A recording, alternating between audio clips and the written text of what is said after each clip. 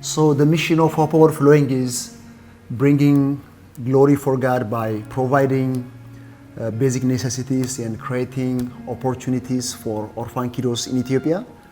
So our goal is to see so many kids to be off from the street and to have a better life, and to see them worshiping and loving Jesus, and to do the same for others.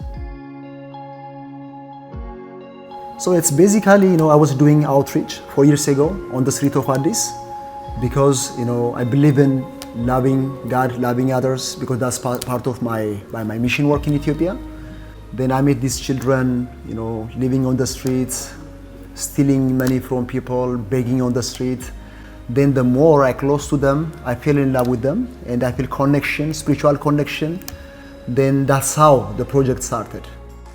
So once in a while I start like sharing meals and playing soccer with them and hug them, show them some love and hope. So I was doing that for outreach. So I wasn't planning to start organization. I wasn't planning to live with them. I wasn't planning to do what I'm doing right now. I was just, as Christian, I'm supposed to show love for others, right? I'm supposed to show hope for others. So these kiddos, they need hope, they need love. So if I don't do it, who's doing that?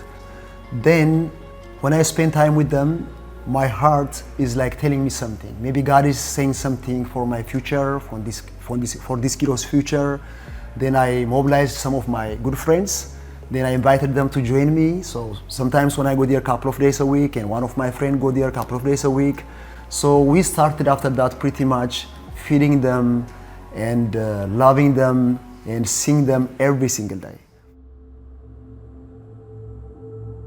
Then the government, after a few months of like my relationship with them, the government took them away outside of the capital city to the detention camp.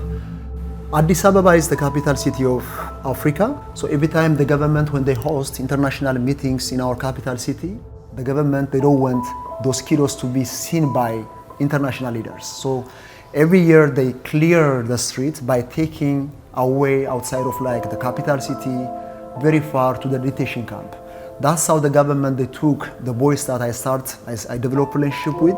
It's like 500 miles away, 400 miles away. They took them very far. There is a registration when they go there. So when they get registered, most of them actually, they gave my name as their last name.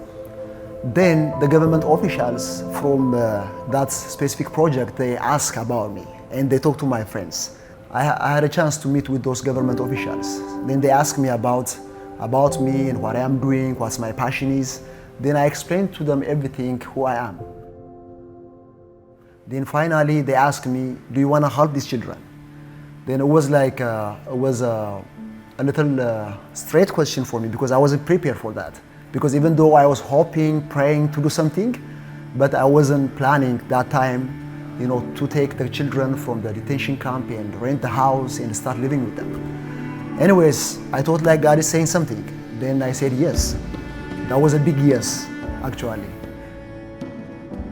You need to have a license to support kids in Ethiopia. Without having a formal license, you are not allowed to do anything because of a lot of negative experience before. So at that time, I didn't have any organization. I didn't start any non-profit.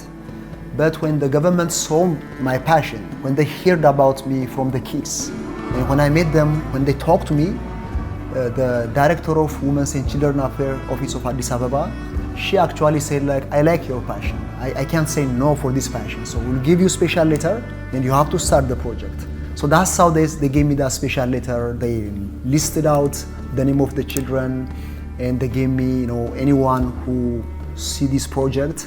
So we are allowed to start this project. Then they gave me three weeks deadline. So within 3 weeks time, I have to rent the house and buy all the stuff of the house and hiring some staff members. And at that time, actually, I didn't have enough money to do that.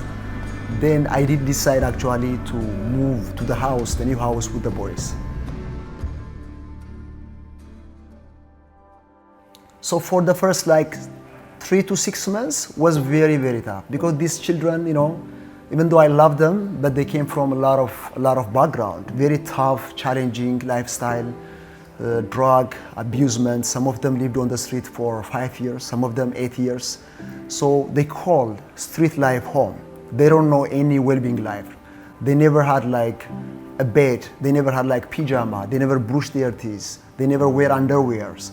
So when they came to the house, it was a lot of overwhelming for them. You know, for me to see them changing, happier, you know, eating good food, you know, a meal, like very clean meal every day, that was very a big thing for me to see them changing like that.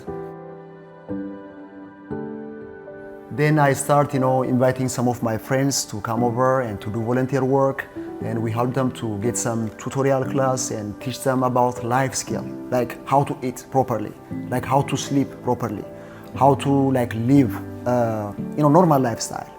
Then at the same time, we also start teaching them, you know, Bible and tutoring them about, you know, education, preparing them to know where they are, you know, what they want to be in the future. They don't know what their future looks like.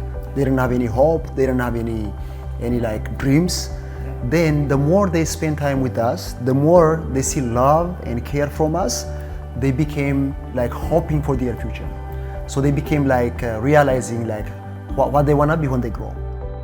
Then actually one of the boys that I joined the first group, his name is Tamaskan.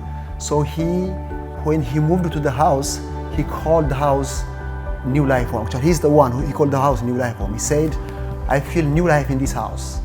Then because of that, you know, we start calling the house New Life Home. So that's the story of like how the project began actually. Yeah. Even though the problem is so huge, but we can start from the little. There is a saying, do it for one if you wish to do it for everyone. So if we start doing what we would like to do for people, if you start with one person, if you start with supporting with one child, definitely we can make a difference. When we see the history of like those people who lived out their life for God's glory and for something bigger than themselves, they started a little, they started small. Even though the problem is huge, but if you started like small and a little bit, then we can impact the majority of the problem.